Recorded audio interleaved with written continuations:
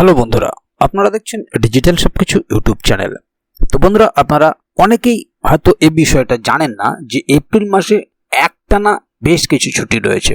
সরকারি school college থেকে শুরু করে সরকারি অফিস সবাই পাবেন এই টানা ছুটি। পাশাপাশি সামনেই গরমকাল, অর্থাৎ এই গরমের মরশুমেও সরকারি ছুটি আপনারা পাবেন।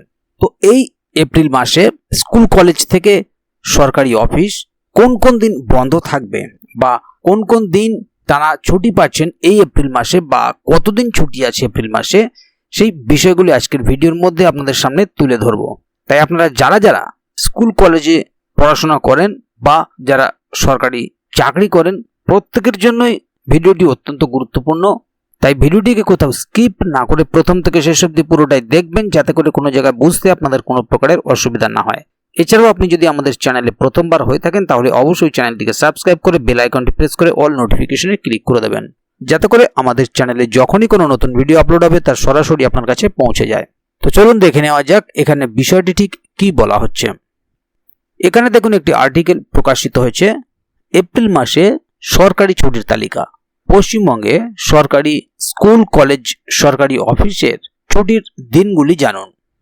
বছরের শুরুতেই পশ্চিমবঙ্গ সরকারের তরফে ছুটির তালিকা প্রকাশ করে দেওয়া হয়েছে এবং প্রত্যেক মাসে কিছু না কিছু ছুটি এদিক ওদিক হতে পারে। কিন্তু বছরের শুরু থেকে এখন পর্যন্ত তেমন কোনো টানা ছুটি না থাকলেও এই এপ্রিল মাসে সরকারি অফিস, স্কুল, কলেজ ও বিশ্ববিদ্যালয়গুলিতে ছুটি থাকতে চলেছে। দেরি না করে এই সম্পর্কে জেনে নেওয়া যাক। পশ্চিমবঙ্গের সরকারি ছুটির তালিকা 2025। ইতিমধ্যেই গরমের দিন শুরু হয়ে গেছে এবং অনেকেই এখন গরমের ছুটি কবে থেকে শুরু হচ্ছে সেই জন্য অপেক্ষা করে আছে। কিন্তু গ্রীষ্মাবকাশ শুধুমাত্র স্কুল কলেজ ও বিশ্ববিদ্যালয়ের সকল পড়ুয়া ও সেখানে কর্মরত শিক্ষক শিক্ষিকা এবং শিক্ষাকর্মীদের ক্ষেত্রে প্রযোজ্য। সকলে তো এই ছুটি পায় না। এবারে তারা কি করে টানা ছুটি পাবে সেই সম্পর্কে জেনে নেওয়া যাক। এপ্রিলে টানা ছুটি থাকবে। এপ্রিল মাস মানেই অনেকের মনে বাংলার নববর্ষের কথা মাথায় আসে। অবশ্যই পয়লা বৈশাখ ছুটি থাকবেই এবং তারই সঙ্গে আরও অনেক ছুটি পাবে সকলেই। সেই ছুটির তালিকা সম্পর্কে আরও কিছু তথ্য জেনে নেওয়া যাক, যাতে সকলের সময় মতো কোথাও ঘুরতে যাওয়ার প্ল্যান বানিয়ে ফেলতে পারেন সবার আগেই। Holiday list of the month of April 2025। আগামী 10ই এপ্রিল বৃহস্পতিবার মহাবীর জয়ন্তী উপলক্ষে ছুটি থাকবে। আর এবারে টানা ছুটি কবে কবে বা কিভাবে পাওয়া যাবে সেই সম্পর্কে জানুন। 13ই এপ্রিল নীল পুজো রবিবার, 14 তারিখ সোমবার বি.আর. আম্বেদকরের জন্মদিনের ছুটি এবং 15 তারিখ নববর্ষ। তাই পরপর 3 দিন টানা ছুটি পাওয়া যাবে এবং যাদের শনিবার করে ছুটি থাকে তারা তো 4 দিন ছুটি পেয়ে যাবে। তাহলে একেবারে ছুটি পাওয়ার জন্য শনিবারে সিএল নিয়ে নিলেই কেল্লা ফতে। টানা 4 দিনের জন্য কোনো এক জায়গায় ঘুরেও আসা যাবে তীব্র গরম শুরু হওয়ার আগে।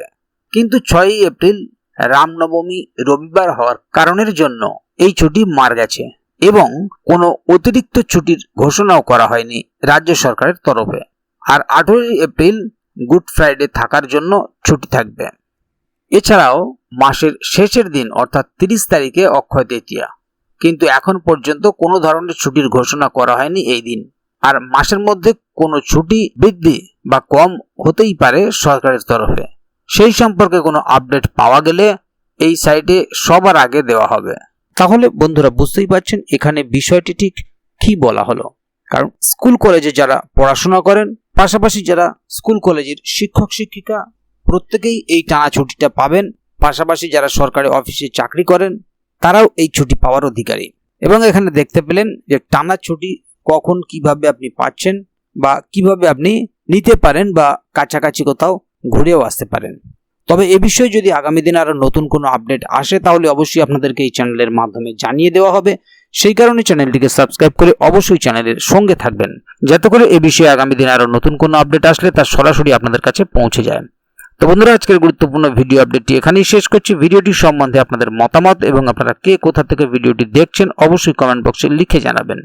ভিডিওটি ভালো লাগলে অবশ্যই একটি লাইক দেবেন এবং বন্ধুদের জানার সুবিধার্থে ভিডিওটিকে শেয়ার করবেন, যাতে তারাও বিষয়টি সম্বন্ধে জানতে পারে।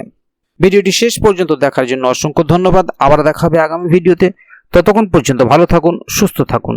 ধন্যবাদ।